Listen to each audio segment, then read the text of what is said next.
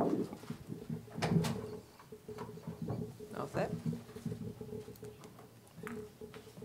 So good morning. It's still morning. Okay. I think it's, how are you all doing? Good, all enthusiastic and all, okay.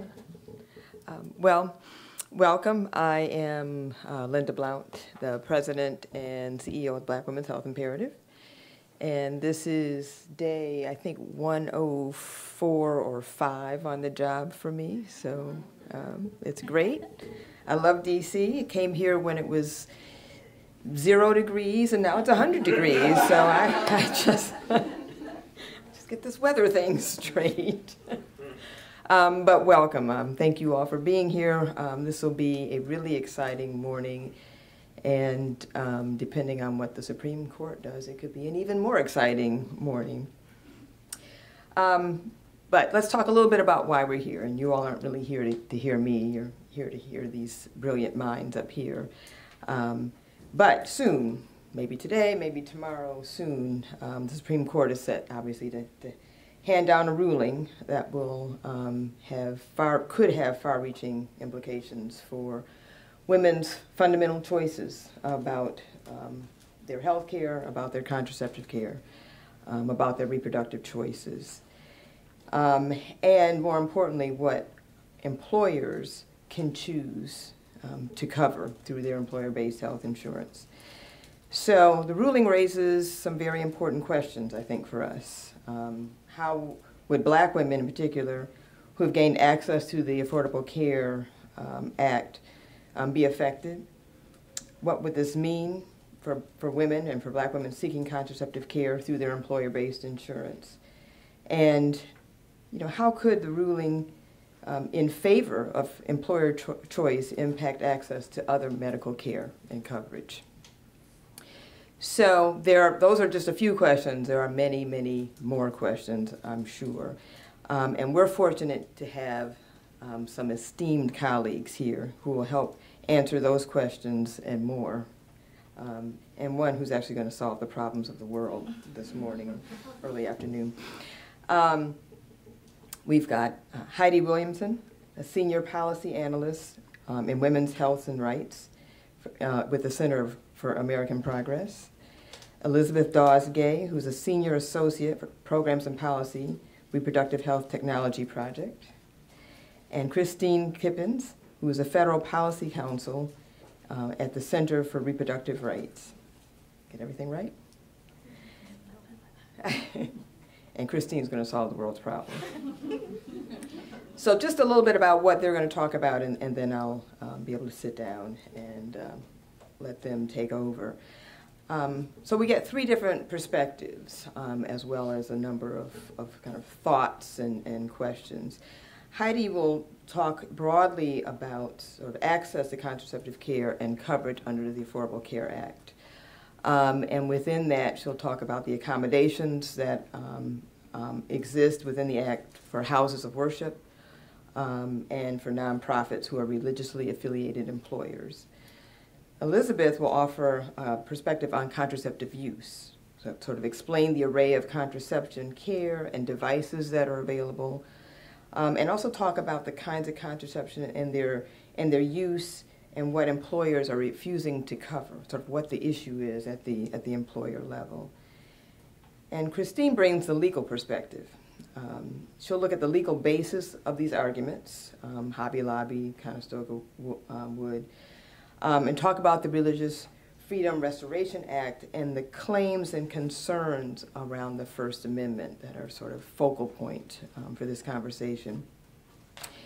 And of course, she'll answer the burning question at the heart of the issue, which is, can a for-profit corporation be defined as a person capable of religious expression under RFRA? And finally, she'll offer us some prognostication based on various scenarios arising from the court ruling. So we'll ask her to, just speculate a little bit, because there are different ways this could play out, and that will have different kinds of effects on women and their decision making.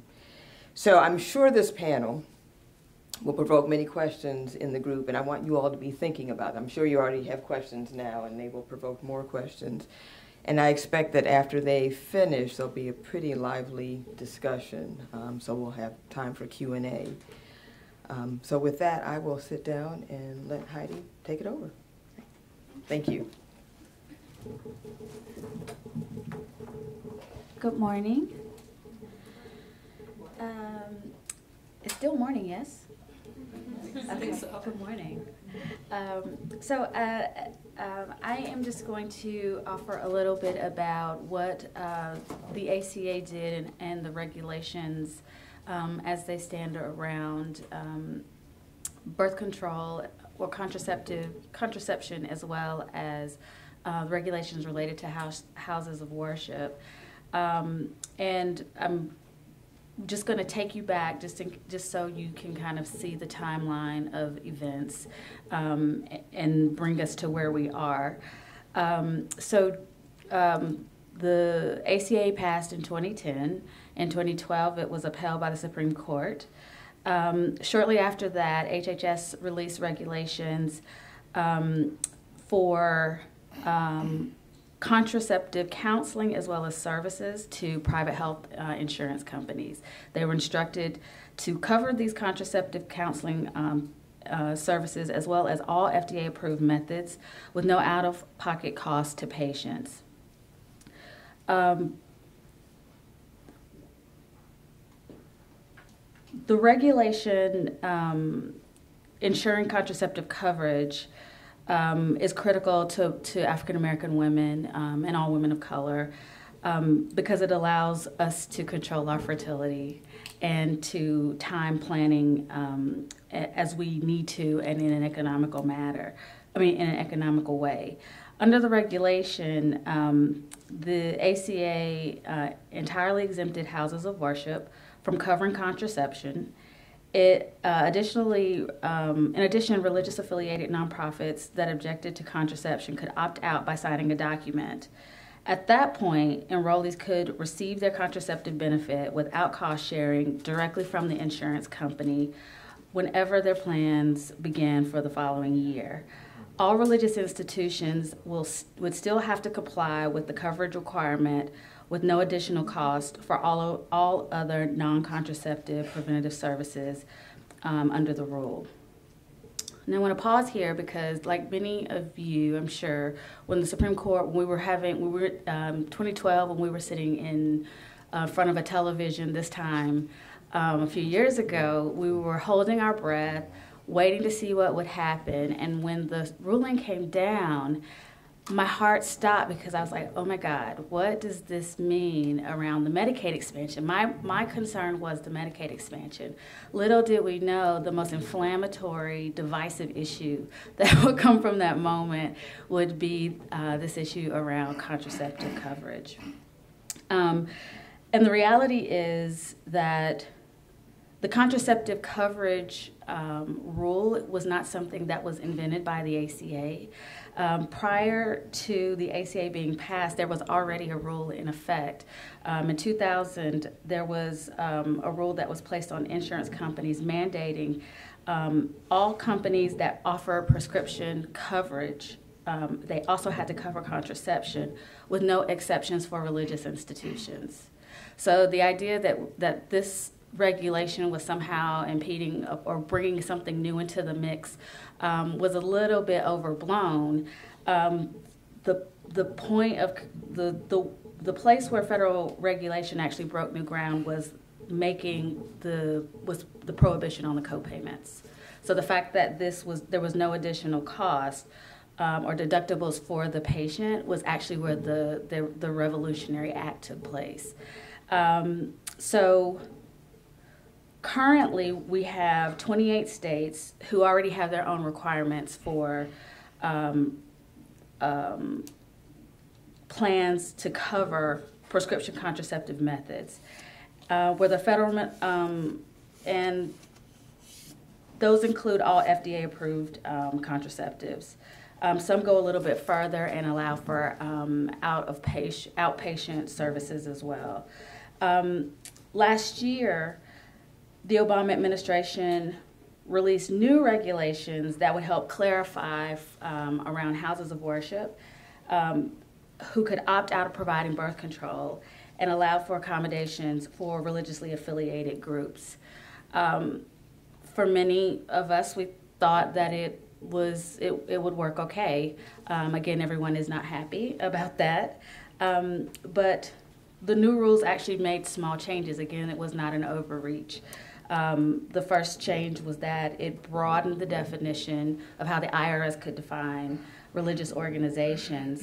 And then the second piece was it clarified that a house of worship could not be excluded from the exemption because it provides charitable services to different people of religious faiths and employs people of different faiths as well.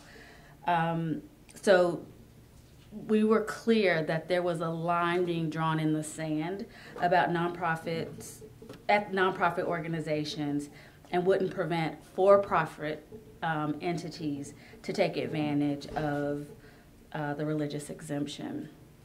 So it's important to note when we think about the ACA as it relates to African American women, this is an idea, this is a hope that many African American women invested in but may not be able to receive its promise. For many of us, we were concerned about what does it mean in states where Medicaid is not being expanded that have such high rates of African American women, and not just high rates of African American women, high rates of healthcare disparities. Ensuring that women who work in low-wage jobs like stores like Hobby Lobby is critically important as well, because we need to ensure that all women, regardless of their income, regardless of where they live throughout the country, have access to contraception without additional payments. And I'll leave it there.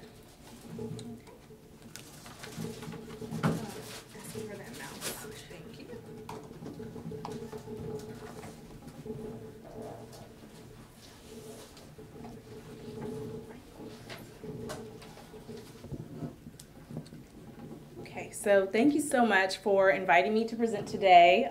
It's an honor and I'm pleased to be here. I decided to do a PowerPoint because I was asked to present about some data, and I thought it would be easier for both of us, for all of us, if you could see it. It's also included in your folder, so you don't have to strain to see the television. And I'll just start. So in the 10 minutes that I have, I'll talk about what contraceptive methods are available, what contraceptives are under question in the court case, and the extent to which Black women are using those that are in question and other methods, as well as go over some implications for an adverse decision or what that could mean for Black women if Hobby Lobby and Conestoga would actually succeed in what they're pursuing, which they won't. So available methods are broken down into 5 major categories. So you have hormonal options with a lot of, which a lot of us are familiar with, pills, patches, rings, injection, and implant. Intrauterine contraception, there are 3 currently available in the United States, Paragard, which is a copper IUD, and Mirena and Skyla, which are hormonal IUDs. Specifically, they include levonorgestrel, which is a progestin. There are also barrier methods, also very popular in the United States, particularly male condoms, and some people classify spermicide as a barrier method. There's additionally fertility awareness and natural family planning, which includes the rhythm method, withdrawal, and lactational amenorrhea, which is when you're breastfeeding, you're less likely to become pregnant. There are also permanent methods, obviously sterilization, including tubal ligation or another male vasectomy and other types of sterilization. So moving on to the court cases, the foundational claim or belief by the plaintiffs is that pregnancy begins at fertilization, and they reject anything that prevents a fertilized egg from implanting. When in fact, the medical community actually defines pregnancy as beginning at implantation. That's just the argument that sort of underpins, I think, both sides and why we're, going through this today. Let's see. So one of the main claims they make is that EC prevents implantation, when in fact it does not prevent implantation. And there are two types of EC available, or three types of EC available. The levonorgestrel containing pills that include Plan B one-step and next choice one dose, as well as another method called Ella, which is made from the compound ulipristal acetate. So this is a bit complex, but if you want to look it up, you can. And then the Paragard IUD is also used for EC up to 5 days post unprotected intercourse. So they're making this claim that it prevents implantation, but particularly the EC pills really inhibit or delay ovulation. They don't prevent fertilization or implantation. In fact, in Europe, the manufacturer of Norlevo, which is the European equivalent to Plan B one-step, recently changed the label to indicate that it only works by preventing ovulation and removed any language that referred to fertilization or implantation. I'll leave that there, and I can answer some more questions about that later. But it's important to note that even if EC did prevent implantation, that is still a contraceptive mechanism of action. It's not abortion, given the medical definition of pregnancy. Right. So they're also, saying that basically ECs and IUDs cause abortion.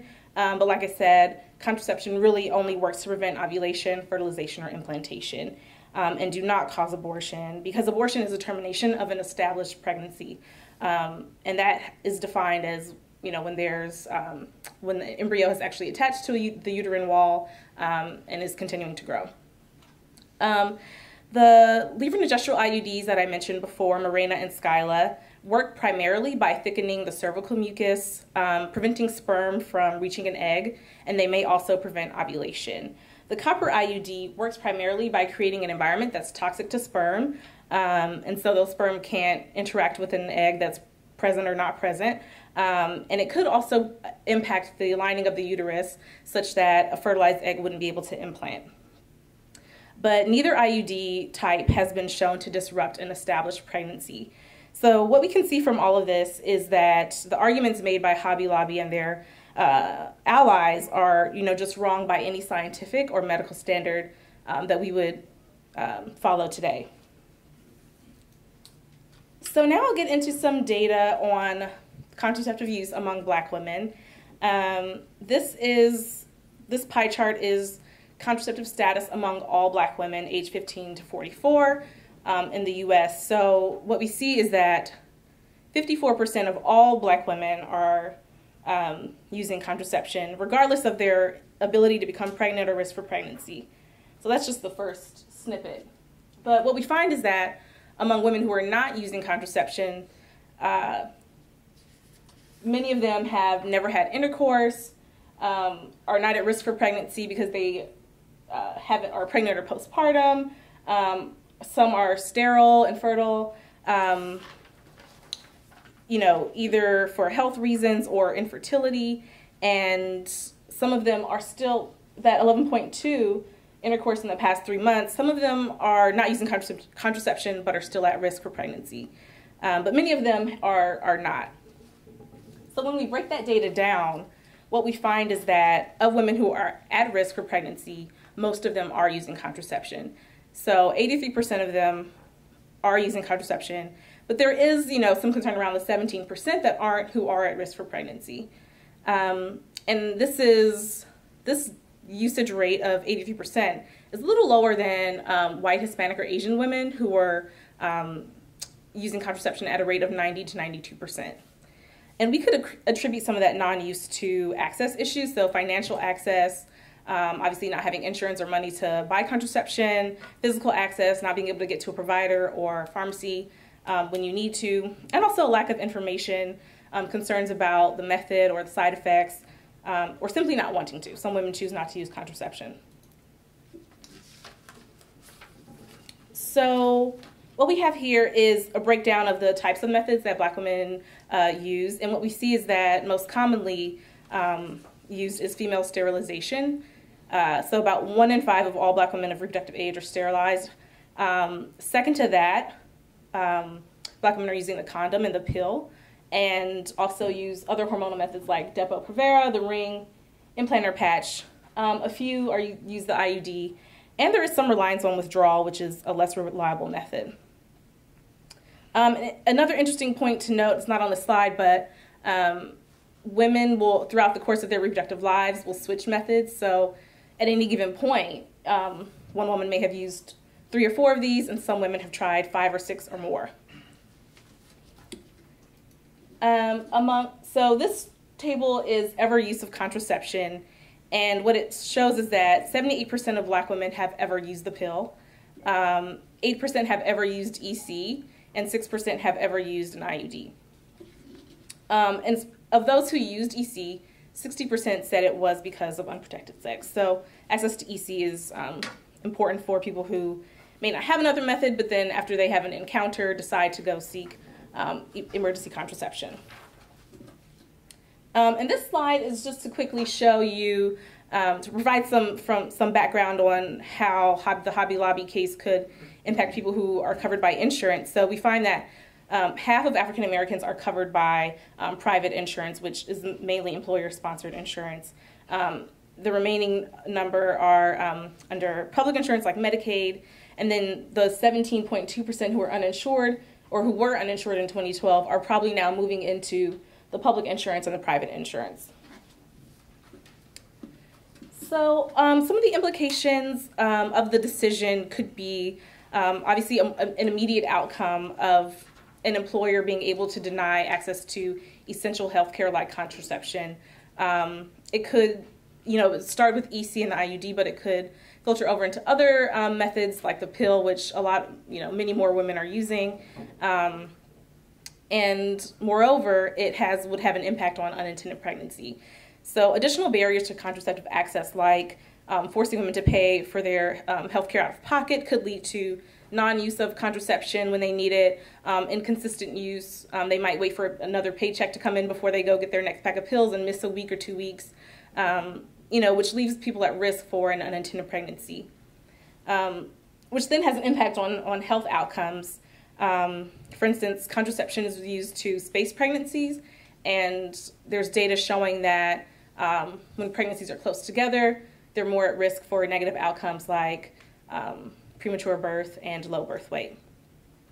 Moreover, people use contraception or birth control for things like endometriosis, particularly the Mirena IUD, and birth control pills are used to treat fibroids. So it's really not just about preventing pregnancy, it's about maintaining an optimal health status.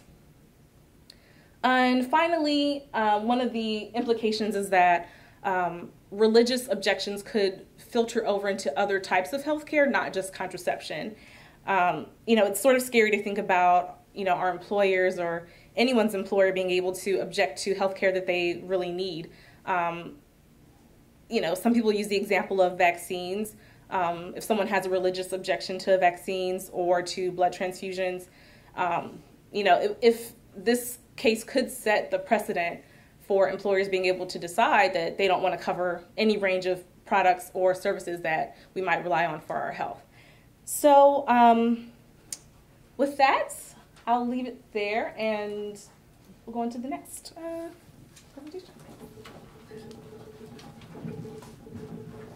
Well, good morning, everyone, and much thanks to the Black Women's Health Imperative for inviting me and all of us really to come together to discuss what is going to be a pivotal case in this term for the Supreme Court because of its implications for women's health, for Obamacare, and for the rights of women throughout the country.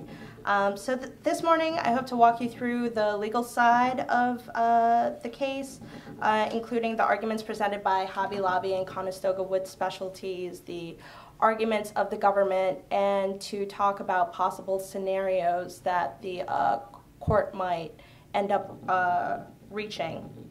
But first, a little background on the plaintiffs and the scope of the case.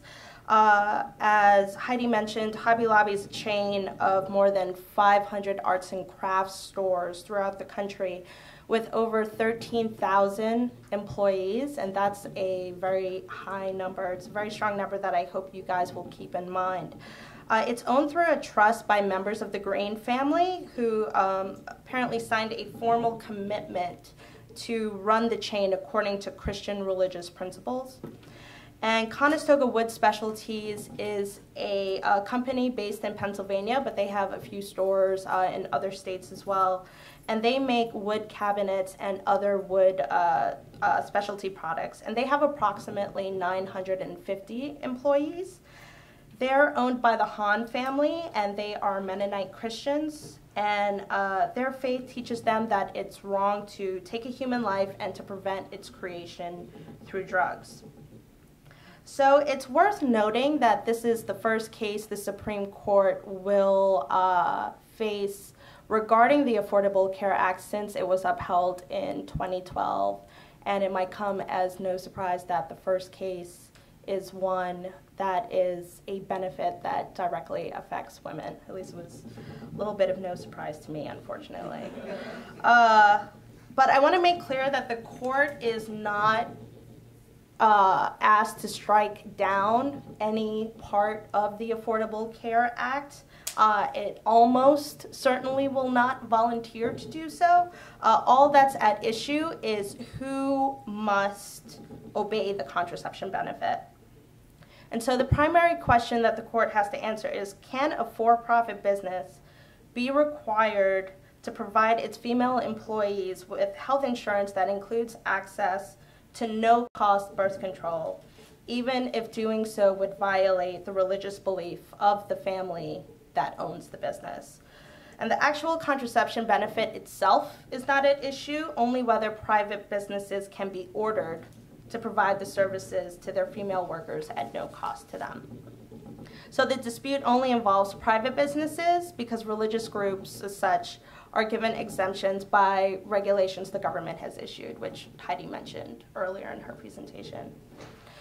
So regulations under the Affordable Care Act require companies to provide their female employees with health insurance that includes no-cost access to about 20 forms of birth control, which Elizabeth discussed earlier. The families, however, reject on religious grounds to providing 4 of those forms, 2 brands of the emergency pill and 2 kinds of IUDs. And because they believe that human life begins at conception, the families believe, therefore, that if their corporations were to cover those 4 forms of birth control, they would, in essence, be complicit in abortifacients. So although science says completely otherwise, the families believe that these contraceptions are, in fact, abortifacients. I should not say in fact. They believe that they are abortifacients. So the 2 areas of law that combine these 2 companies are asking the court to strike down their requirement to provide this benefit are the First Amendment and RFRA, which is the Religious Freedom Restoration Act, a federal piece of legislation. So the First Amendment provides, as you all know from civics class, that no law may be passed at any level of government that prohibits the free exercise of religion. So that's really the core issue that Conestoga Wood is trying to present. They are also arguing that RFRA holds, as well as Hobby Lobby. So together, both Hobby Lobby and Conestoga Wood bring up RFRA, which provides that the government agencies at the federal level, and only at the federal level, may not impose a substantial burden on the religious exercise of a person, even if the law is one that everyone must ordinarily obey, unless the government can justify that burden to satisfy a compelling government interest, and only if it's the least restrictive means of doing so. So the case is primarily concerned with 4 questions regarding RFRA. This is the path that the court has to walk through. Are corporations persons for the purposes of RFRA? And in order to answer this question, the court has to determine whether or not corporations can actually exercise religion, because if they can't, then there's no religious exercise to be burdened by the contraception benefit. And unfortunately, RFRA does not specifically define person. The second step is, does the contraception benefit substantially burden religion? And if so, is it in furtherance of a compelling government interest? And again, if so, is it the least restrictive means of achieving that interest? So Hobby Lobby and Conestoga Wood each have different arguments that they're bringing to the table.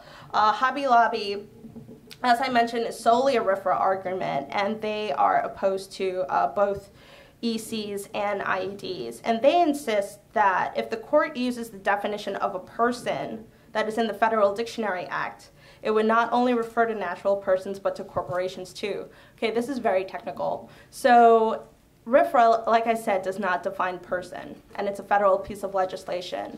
So there is another piece of federal legislation called the Dictionary Act in which person is defined, and therein a corporation is actually listed as something that could be deemed a person. Under the ACA regulation at issue, the government is seeking to enforce employers to provide specific contraceptives, not just in exchange of money. It's the contraceptives and not the cost that the Green family says is a burden to their faith and the principles of Hobby Lobby stores. Additionally, they also argue that the government has to come up with another attempted justification, that the mandate is part of a comprehensive scheme of providing health benefits to all, but Hobby Lobby believes that that notion is belied by all the exemptions the government has allowed. So it's not exactly the least restrictive means, it's not that compelling because they're allowing other people to get out of having to do this benefit as well. Conestoga Wood is arguing both First Amendment and RFRA principles in trying to get out of providing this benefit to its female employees, and they're actually only objecting to emergency contraception. And the Hahn family claims that its members chose to practice their faith through business activity, as well as in their personal lives. So they contend that the corporate formality of a business is not determinative of whether religious exercise occurs in that business. Remember, they're arguing First Amendment claims, which is all about free exercise. But if the family's interests could be separated from the company itself exercises religion too, they claim. And under the Pennsylvania state law under which under which Conestoga Wood was incorporated, the corporate form may be used to pursue all lawful purposes without excluding religion. And they further argue that the Supreme Court has never limited religious freedom to natural persons. They kind of fail to note that this court has never granted that either, but moving on. And like Hobby Lobby, Conestoga Wood Specialties argues that strict scrutiny is really only the valid test to apply to the government, showing that it has no compelling interest in enforcing the birth control benefit against religious objectors. So the government, of course, has the opportunity to rebut all of these arguments, and in combating the First Amendment and RFRA, they claim that profit-making businesses cannot exercise religion at all for either the purposes of federal law or the Constitution. And the mandate applies only to corporations and not to their owners. And in any event, corporation law treats businesses separately from their owners. That's why people incorporate in the first place, to legally distinguish themselves from the corporations that they own. And even if the mandate did have to satisfy a compelling government interest, it does so by assuring that the female workers have access to an extremely important health benefit as part of a comprehensive insurance scheme. And we learned all about the benefits in presentations earlier. The contraception benefit, the government argues, is a neutral obligation that applies to profit-making businesses generally and does not target religious exercise. And they also rely on congressional intent in their brief. The government said that in passing RFRA, Congress did not intend to, and I quote, uniquely disable the government by working a dramatic expansion of the claims for exemptions based on religious liberty. Besides, there hasn't, as I mentioned, been a single decision by the Supreme Court that struck down a federal law or required an exemption from it on the theory that it was necessary to protect the rights of a for-profit corporation or the owners, managers, or directors of the corporation. And something that I found interesting, the government also posited its own religious liberty argument. So giving for-profit businesses the chance to obtain an exemption from federal laws based on religion would actually threaten, and I quote again, the special place of religious institutions in our society. So Congress has always given religious bodies exemptions from laws, but they have always drawn the line at for-profit corporations. So must follow that they had similar intent here with RFRA. So that is the government argument. So you can tell by all of the arguments at play here, the question really at the heart of the case is, can a for-profit corporation be defined as a person capable of religious expression or exercise? And if it can, how far is that protected from government interference? So in other words, are corporations people? RFRA does refer to persons, and the First Amendment, as we all know, is a right guaranteed to the people.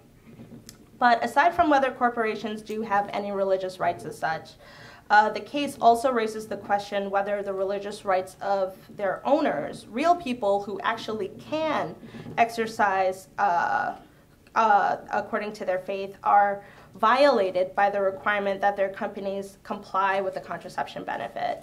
And do those rights trump the rights of third parties, namely their employees, who are directly affected by how these owners choose to practice their faith?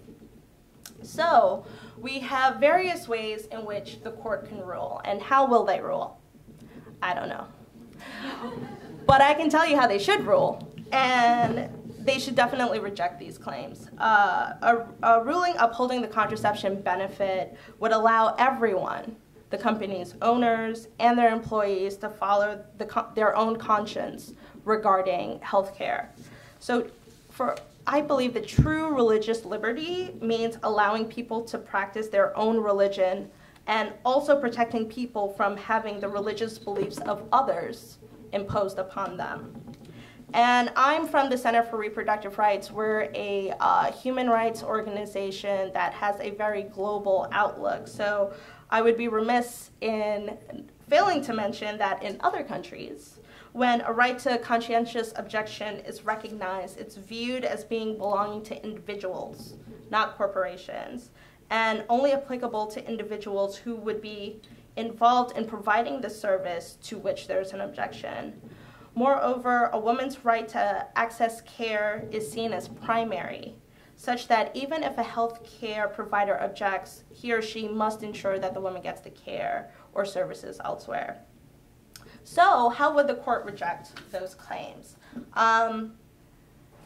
They would either hold that corporations cannot exercise religion, and that goes to both the First Amendment and RFRA claims. That's the first prong of RFRA. Or they can say corporations can exercise religion, but the birth control benefit does not substantially burden religious exercise. And the third option, corporations can exercise religion. The birth control benefit does actually substantially burden religious exercise, but birth control is considered a compelling government interest, and this is the least restrictive means of the government actually making that happen. And there are the best possible scenario is the first one. Corporations cannot exercise religion. Game over, story done. But there are some implications, some negative implications that could come from an actually positive ruling that kind of goes further down the RFRA line. The court could rule for Hobby Lobby. Beyond the detrimental impact on women's health, a ruling for the plaintiffs would establish a new and dramatic precedent that private for-profit corporations can claim religious exemptions from federal law. So if Hobby Lobby wins religious exemption for coverage of certain contraceptives, then what's to stop other companies from denying coverage for other medical or non-medical services deemed objectionable? What of the religious rights of the employees who may not agree with their employer's religious beliefs? I mean, it unleashes a whole host of questions that are both health-related, but also related to civil rights, to housing, to LGBT rights. I mean, there's a whole host of things that people may be able to object to on religious grounds. And of course, there may be a compromise ruling, possible holding that policies of family-owned companies, closely held companies, constitute an extension and expression of an owner's religious faith, and thus allow for certain exemptions from the Affordable Care Act. So such a ruling might open the door to the notion that corporations of any kind have religious rights and may invite litigation over proposed exemptions to federal law, such as civil rights and labor laws. And I will leave my presentation there. Thank you. So, first of all, please join me in thanking our panelists for their comments.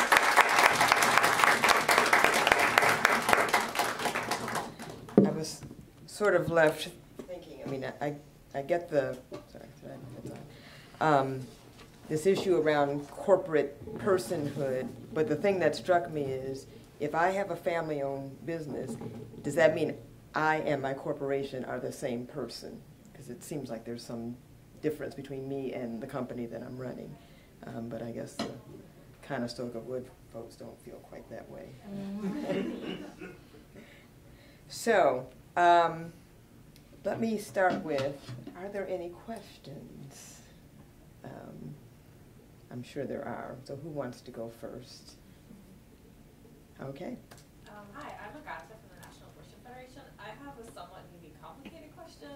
I'm curious as to whether Kristine or Heidi can answer this. What would happen if, they say that the mandate doesn't apply? Does this mean that essentially they don't have to offer these contraceptive EC services at all, or is it just that they'll have to offer coverage because of that non-use regulation, but their employees are going to have to pay co-pays?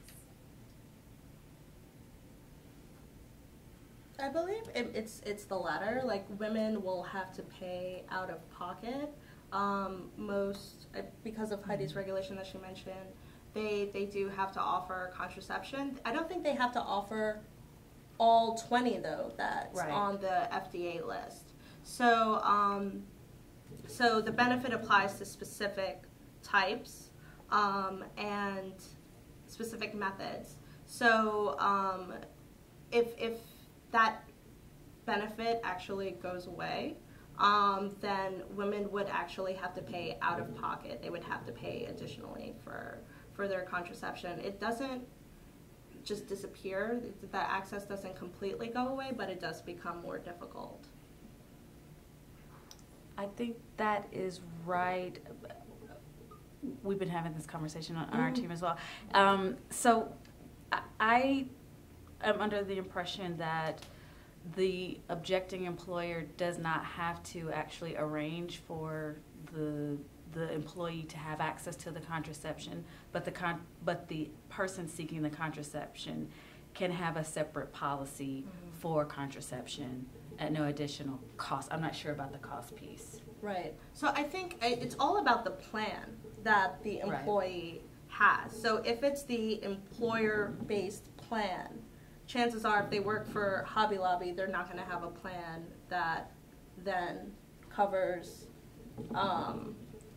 that covers the contraceptions that they object to. But the employee can get an additional plan that is at no cost, that where contraception is at no cost to the employee. But she would then have to pay much higher rates of getting that insurance because there's no cost sharing with the employer anymore.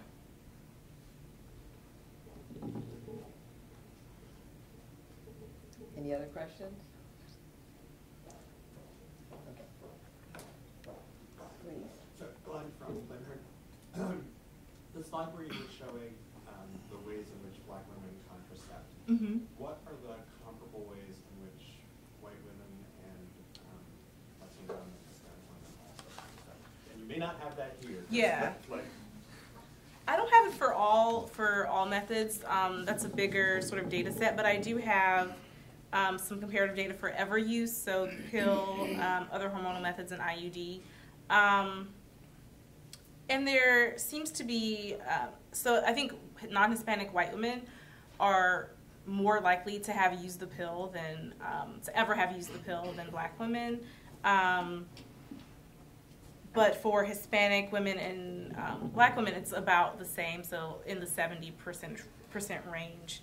Black women are more likely to have used other hormonal methods, so that's probably pill, patch, ring, injection, most likely, Depo-Provera. And the only other significant difference is that Hispanic foreign-born women are more likely to have used IUDs. So Hispanic women who are born in the U.S.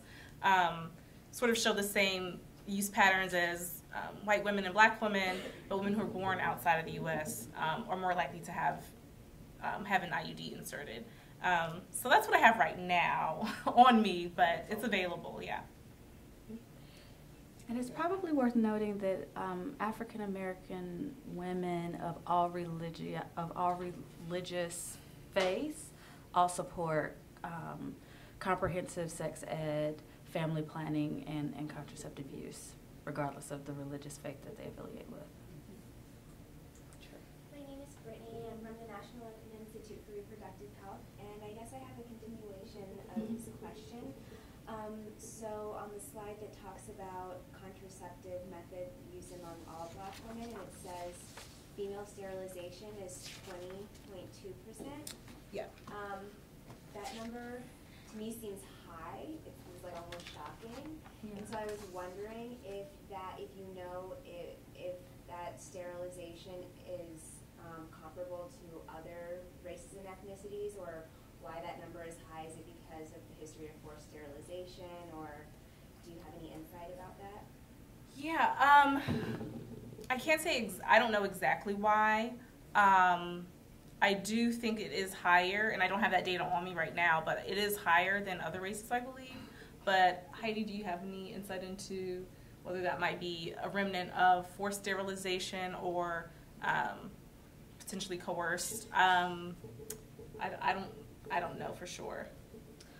The last report I read, I mean, our higher rates of fibroids have left many poor women with very limited options. And the last report I read was talking about the non-surgical versus the surgical uses of removing steroids. And we still have a lot of people using the surgical method to remove steroids and opting to have Fibroids. I'm sorry, fibroids. Did I say steroids? Yeah. Fibroids are still opting to use the surgical method depending on where they are, the kind of insurance they have available, and the type of doctor that they go to.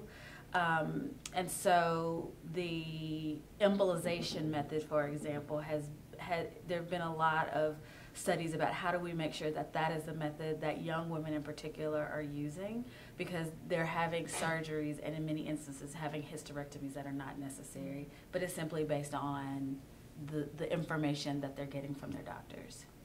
Gerald, you have insight? Hi, I'm Gerald with Advocates for Youth, and I'm wondering if that number might also be connected to the fact that in some states for Medicaid, and the only options that are available are sterilization. That for a long time there were many states that didn't offer any sort of contraception as a paid portion. That the main options for women was the permanent sterilization, and I don't know if that might impact the number, given the number of women of color who are on Medicaid. That might have been their only option. And I think it would be worth it also, you'd have to age stratify that. Yeah, because you're going to see sterilization is going to skew toward older women. We've had our children, we're done, we don't want to deal with ongoing monthly kinds of contraceptive, the routine. And so many women, after they've had their children, decide to go ahead and get sterilization as well. So you'd have to look at the data that way. Yeah. And it'll be interesting to see how, with ACA and the contraceptive coverage requirement, how people change their preferences for certain methods. So, like Gerald mentioned previously, it may have been that sterilization was what they could get for no cost, but now they might be able to get an IUD that lasts for 10 to 12 years and keep that, or an IUD that lasts for 5 to 7 and use that until they reach menopause. So look for some more data. Yeah. Can never have too much data. Yeah. So I had a question, because I think in the press, Kristine, it's this issue of emergency contraception and IUDs. IUDs isn't always made clear. I'm not sure people in general know that that's sort of at the heart of this issue. So in the conversations sort of with your colleagues and broadly, have these two corporations and the community in support of them talking about finding some alternatives, covering other kinds of contraception? Are people talking about negotiating with the Hobby Lobby folks or Conestoga for other things that they can do? I mean, it's because this is a pretty narrow focus for them. But what are people talking about in general around contraceptive care? I mean, are we envisioning that we could get to the point where all contraceptive care could be at risk for employer-based insurance? Well, that's very interesting. I don't think we actually even thought about that ramification, that if they are able to object religiously to these two forms successfully, that could actually open the door to other forms of contraception, but they would have to have a religious objection to them. The fact that every corporation I've seen so far on the for-profit side has only been objecting to IUDs, and there may be a few that have objected to other forms, but so far these are the two forms that have made it to the Supreme Court. I would be very interested to see what would happen with the other forms. They are at risk if these two claims are successful. Yeah, I would think so. Yes. I have a question that kind of builds off of that. Or I guess it's a little bit about the technicalities, where if they no longer have to provide health insurance that covers those particular kinds of contraceptive, emergency contraception, and the IUDs, are there health insurance plans that cover other contraception but not those? Because if not, it seems like they won't have to offer plans that offer contraception at all, because all of the contraception would be together under one thing that the plans are providing. And so I don't know if you know about those specifications of what plans offer. I think we're going to have to see exactly what the court rules, because they could be extremely narrow. They could say just two forms that have been presented to the court. They could do something more expansive, or fingers crossed they can, reject the claims outright. So it's unfortunately going to have to be a wait and see game to see exactly how this is going to play out in the marketplace regarding the insurance companies. I wanted to say something, but it's not directly related. So I think it's important going forward also to keep educating women about the fact that this benefit exists, because right now insurance companies are still trying to charge copays or deny access to all, various FDA-approved methods. So I just wanted to throw that out there, that insurance companies are still trying to get around having to cover, regardless of this case. And so we have to be vigilant in going forward and making sure that women know that they can, fight their insurance company when they receive an inappropriate charge or are told that they can't have a certain method because it's similar to the pill or that kind of thing. They're told all kinds of things. So I think that's important to keep in mind. I also, to piggyback off of that, the fact that some people are saying that women are getting this for free, when that's not the case. Women have actually, this is a benefit tied to their employment. This is a benefit just like Social Security. This woman has earned this contraception at no cost, not for free, at no cost. No additional cost. Right, no additional cost. Right. So an interesting, what to me was an interesting conversation I had a few weeks ago, talking to a health economist who said, well, in the scale of things, is this really that important?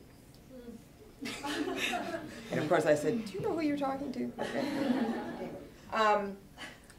But if we look at these two forms or two types of contraception, so if we're looking at emergency contraception and IUD, in terms of its prevalence among African American women, what kind of scale are we talking about? Of course, the implications are really, at heart here, and what it means for our overall risk and kinds of choices.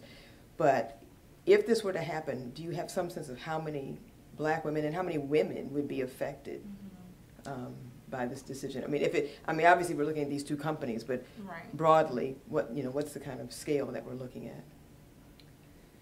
Yeah, so I showed the slide that indicated, half of African American people were covered by private insurance. So obviously that group, and within that it would be smaller, but if you look at these percentages and scale them up to the population of the United States, it's actually a lot of people. It's not just 5 or 10 people. Particularly the data that I showed on contraceptive use were from 2006 to 2010. So that's not including the recent shift to different methods. More women are choosing to use the IUD specifically. So those numbers are probably higher and will continue to increase. So it could be I think it's going to be an ever-changing sort of number, but it's important to note that it's not a small number of people. It's relatively large, and I don't have an exact number. Okay. But we do know that the more economical it is to actually use contraception, people will use it more consistently and will use it longer. For African American women in particular, I think it's important to note that we have always linked our ability to control our fertility with economic stability and economic security. And so to make sure that we can time and space our pregnancies as we choose, enter the workplace, stay in the workplace as long as we need to, or go to school as we need to, all of those things are critically important to us maintaining the stability of our families and our communities. Right, exactly. Any other questions, thoughts, comments? I think one of the things that's worth mentioning is the ripple effect, because there's the immediate effect that this may have on a woman in her healthcare decision making, but it also impacts her families. And as technology changes, it seems to me that the IUD and these certain kinds of technologies, which make family planning, pregnancy spacing more economical, are the ones at risk by nature of what they do and how Conestoga Wood and Hobby Lobby is defining pregnancy. And so as technology, for us improves, it becomes actually more of a threat to potentially to these organizations, to these companies, which means that if women end up, of course we know, end up having children who, at a time when they didn't want to have children, couldn't best afford them, all the reasons that we know, then this has a ripple effect for generations around poverty and education and the social determinants that we spend a lot of time talking about. So a question for kind of maybe for the group and for the panelists. The ruling's coming soon, any moment now, and hopefully it will happen the right way. But if not, what are your recommendations for this community, the reproductive justice community, and for women in general? Once we hear today, tomorrow, Friday, whenever, what are the next 3 steps you'd like us all to take? And I'll let each of you offer your next 3 steps, and then if anyone in the audience has some thoughts, please offer those as well. Okay, we'll start with Heidi. I can start. So I think it's important to look at this in context. And the first thing I think that really makes me shudder when I think about these cases, it is the slippery slope. Religion has been used in this country to justify a lot of bad things. And when we open the door to allow an employer to take away a right and to target groups of people, invariably African American women are going to be on that list specifically, if in some way. So I think it's important that when we talk about or we think about what laws, what legislation look like to keep moving this country forward, that we think about proactive ideas that enable rights and ensure that all women are seen as human and whole. There also has to be a grassroots movement to push back on made-up science. And that includes people who simply just want to disregard what science says, and rather than look at the data, make up in their heart and in their head what they want it to be. You know, the sky is blue, the sky is purple, sneezing causes pregnancy. No, actually it doesn't. You know, we need to stop people from making up science and legislating that science to control all manner of things. And then the third thing is, I want progressives to truly reclaim this narrative around religious conviction and conscience. Women who are receiving and using birth control do so out of a consciousness and a consideration for their faith, and that perspective needs to be included as well. I think, you know, my faith encourages me from a place of social justice, and that social justice place says it's my job to be an active, forthright citizen. That includes protecting myself and my bodily autonomy, and that has to be considered. The idea that a company would be considered a human being before women have all of their human rights it should be infuriating. It should be completely infuriating, particularly for African American women who have been historically denied throughout this country the right to dignity, whether it's controlling their own fertility or controlling their ability to parent. And so I would say those three things are good takeaways, because you can act on them within your own space, and then also act on them politically. Yeah, thank you. Yeah, so I think immediately, if there is an adverse decision, I think people will want to speak up about it and should speak up about it, really raising their voices to make sure that everyone who's listening knows that this is not acceptable and that we won't tolerate it. And to also vote accordingly. Some of the lawyers in the community have suggested there may be a legislative remedy. And so, you know, it's within our power to get out there and vote and elect people who, going forward, if there is a bad decision, would be vocal and active in making sure that we can do something about it, whatever there is to do.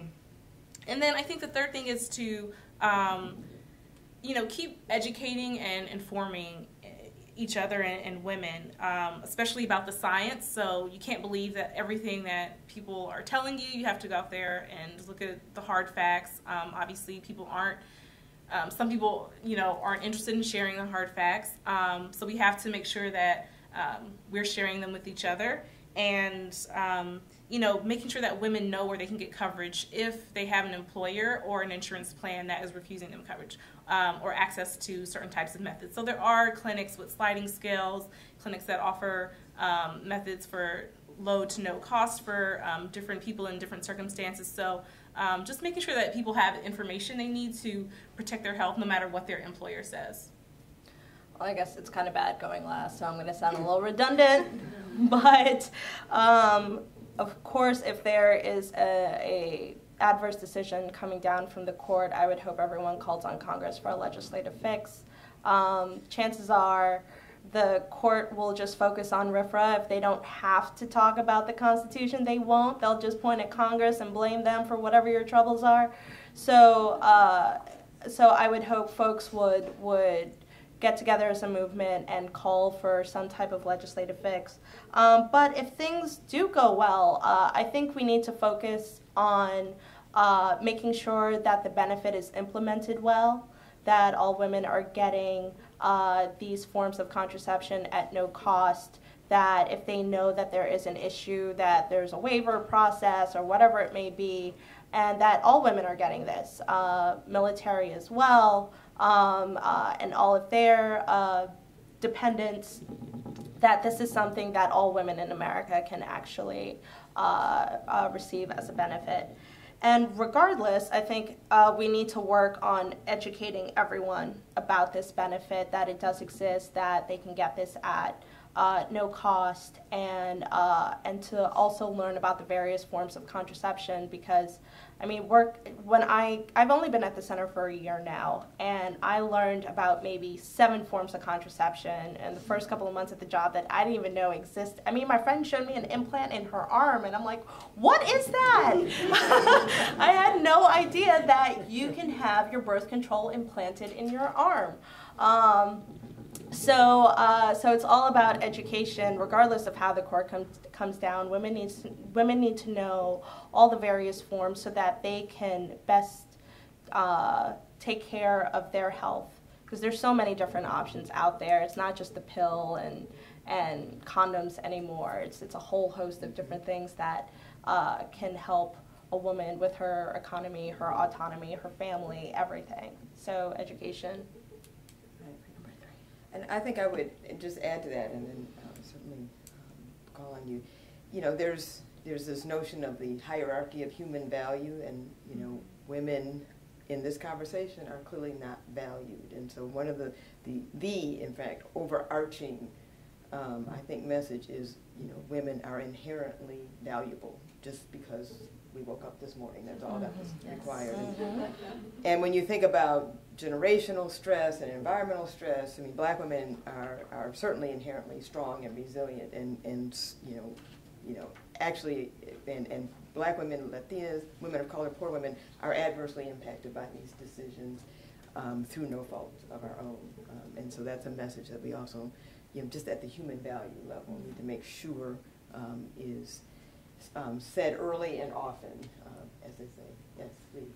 Thanks. This is Rachel from National Law Center. I want to really echo what everybody said, and I would be remiss if I didn't plug our Pill for Us line. If you do have problems, or if you hear your friends are having problems with the contraceptive coverage benefit, that we have a Pill for Us line where people can call in and tell us what problems they're having. We have a toolkit on navigating the insurance system, and really want to balance that line of, if it is a bad decision, of this is horrible, but also what you two were saying, like, but this is a benefit that's still here. So making sure that women get that, just as they're learning about the benefit, they don't think it's gone away, and really, like, it will be a blind walk of how we say this is the worst thing in the world. But please go get the coverage. Right. And I would just put a plug of making sure people understand that this is about health insurance coverage. It's not about the employers actually providing the contraception, and to make sure that that's clear too, that the woman is going to a provider for the actual education and counseling and getting the contraceptives, that this is all about insurance coverage, not providing contraception. Right. Thank you. Any other thoughts, questions? Yes. Hi, I want to highlight the talking about junk science, because I think that's also an important connection, that should this not go the way that we want to, be able to link into some other things that are happening based on religion around junk science, particularly related to climate change and to evolution and what's being taught in schools. And that there's some opportunities for us to be linking with other groups that might, you know, maybe for strange bedfellows, but can be talking about the ways in which these beliefs in junk science are sort of more and more infiltrating into how we're working in other areas. Okay. All right.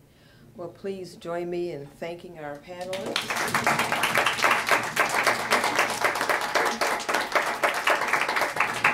And we'll all wait. Courtney, no, nothing yet? No? Okay, all right.